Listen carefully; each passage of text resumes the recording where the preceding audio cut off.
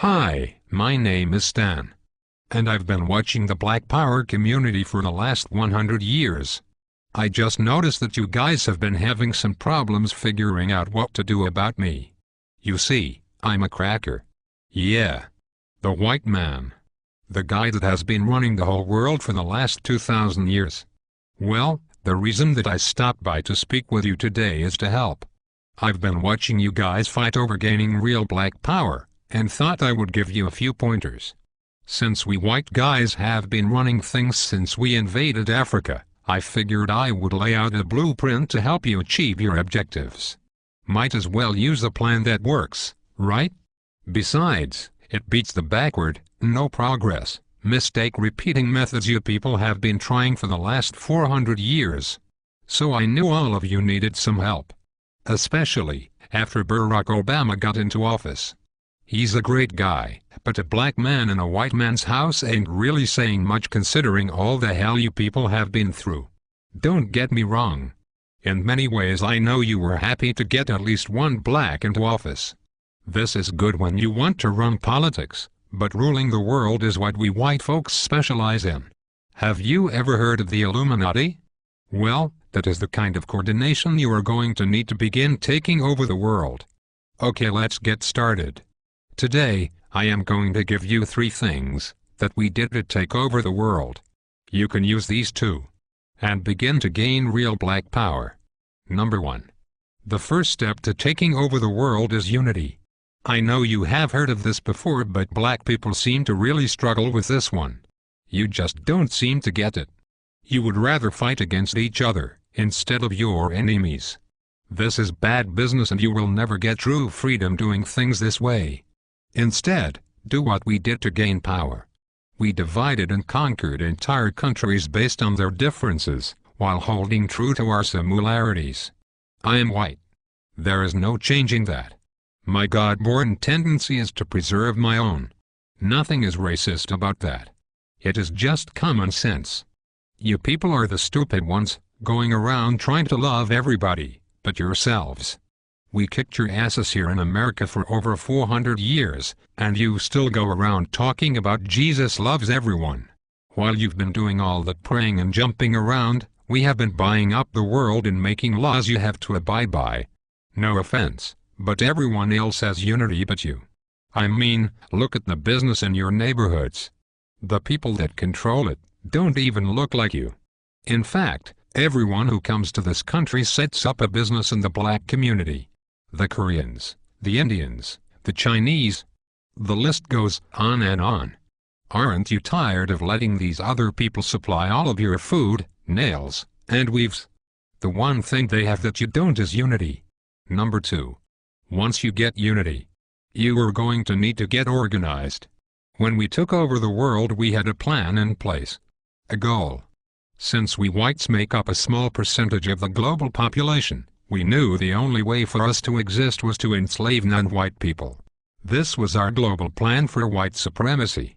But we didn't stop there.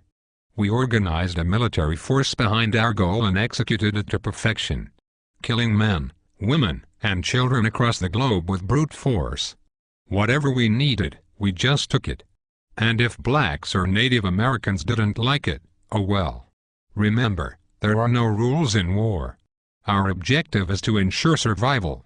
But you black people seem to think your economic hardships, social injustices, and high arrest rates just happened by chance alone. Never mind, we've worked nearly 4 centuries, day and night to keep you people exactly where we want you. On the plantation. Yeah. It's true. Let me tell you a little secret. Most white people are not going to tell you this. It's an old family secret we have kept pretty quiet about. And for good reason. You see, all that free labor my white ancestors got from your black ancestors, translated into a lot of money. In fact, the black slave trade was the greatest wealth-building tool in human history. With free labor we were able to finance the Industrial Revolution. Well, all of that money pretty much stayed in the vast majority of white families. And with all due respect, whites intend to keep it that way. You see, Dr. Martin Luther King was pretty good at integrating lunch counters and toilets, However, he didn't do so well at integrating bank accounts, so you blacks were shafted out of the money that was due to you in exchange for a good job and education. But it was us whites who own most of the jobs. Which brings me to my point. It's just another plantation. I say all of that to say, being organized is more than alignment, it is knowing the traps we have laid out for you, and then moving around them. Everybody knows but you blacks. That education will only keep you enslaved. It will only produce what it has already produced. A bunch of dressed-up plantation workers perfectly content, working and serving under another man's vision.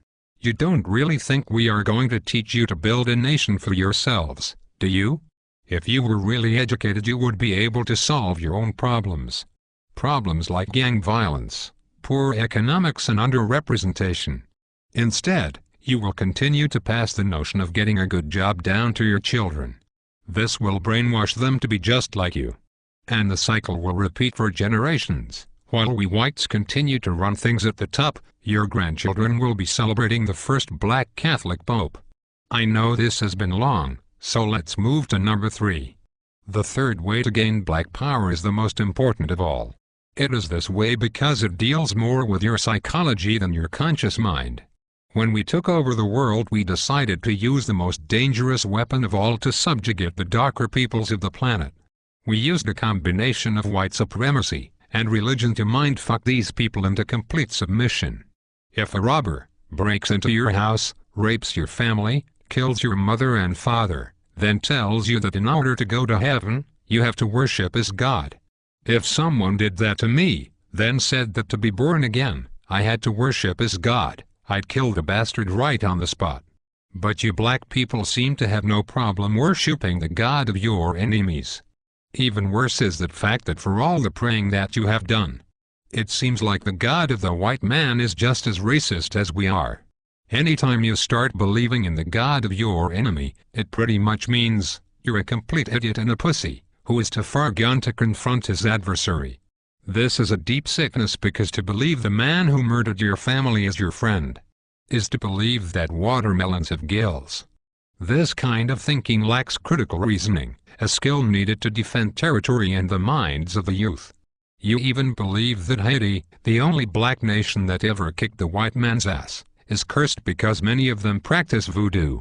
You even go further and believe that it was God that hit Haiti with a 7.5 earthquake. You religious-minded blacks thought this about New Orleans too. Let me tell you the truth. We gave you this God because we knew by worshipping a white God you would subconsciously be worshipping us. That was a part of our plan, and it worked like a charm on the early slave plantations. We whites decided to perfect it, and have taken our gods all over the world to dark people. You see, we know that if we can get you to put down your God, and pick up ours, you will lose your real power. This is really effective for controlling a people. Practically, by doing this, you will never fight against us because subconsciously you would be fighting God. I know that is a serious mindfuck. But that is why you cheer for a white Jesus to kill all the darkies down in Haiti and New Orleans, while kissing Pat Robertson's ass. Meanwhile our harp machines can shake up more prime real estate for the oil companies. If you continue to follow the God of your enemies, you will never rule the world, because you will always have your allegiance with the white man, instead of your God, who's pissed off because you traded him in for a blonde-haired, blue-eyed hippie, whose name we took from the Greek god Zeus. So, let's recap. The top 3 things you need to do to rule the world, and to have black power is: Number 1, get some unity. Stop killing each other over nickel bags of weed and coke. You are basically helping to kill off your own army. Stop it and unite. Number 2, get organized. There is nothing worse than a bunch of rich rappers talking about gangsta and keeping it real, when all of them still work for rich white and Jewish men that pimp them for their talent. With Jay-Z, P. Diddy and Oprah, you black people should have your own distribution company by now, instead of relying on your white backers to put out your albums. This is because you are not organized. This goes for all you sports athletes too. You black sports guys are stupid. You're a grown man and you still have an owner. Stop being a slave and wake up. When you die, all you will have to pass on to your children is a championship ring. When I die, I will have at least 2 islands and a few manufacturing companies to extend my legacy. For you sports guys, no one will remember you, and the money you blew on trying to floss will be right back into our hands. You need to organize and put your money and minds together for one common goal: Black Power. Last but not least, you have to stop following the white man's God. He has really done nothing for you since you started to believe in him. Basically, all my God has done for you is allow white guys like me to continue stealing from you. Sure, we'll give you a few rich blacks to make it up the ladder. But this is to keep up hope in you, so that you will teach cowardness and fear to your children and get nothing in return. You will keep praying while we will keep slaying and taking more land and control of the earth. It will be this way as long as you fall for the lie that some white dude is going to come down from the skies and pull you out of this shit. Stop it. Instead, go back to believing in your God. The God you had when you were rich in Africa and had diamonds, gold, and health. It certainly beats the crap the white man's God has given you. Even if you believed in rocks, you would probably have more luck than what you have gotten with this guy. One last thing. Black people need to stop saying that they're blessed. This is not only dumb, but it lets us white people know that we are still very much in control. If I steal you from your home and throw you into a cardboard box, have you work for 400 years on a plantation, just because I give you a pillow, doesn't mean that you were blessed. It just means that I gave you a fucking pillow. If a guy cuts off your hand, and then turns around and gives you a bandage, it don't mean anyone blessed you. He just needs his slave to be able to work the next day. So you are not blessed just because the white man gives you a doggy treat. It simply means you are fucked. So given all the crap you blacks have dealt with here in America, and abroad, a new car or money for the light bill are just tools we white folks who are trying to run a plantation do to keep up the morale. So, if going from Africa, a land of milk and honey, diamonds and resources, a place where you had a name and thousands of acres of land, to a place where you were struggling to eat in a one-bedroom apartment every day means you are blessed, then elephants have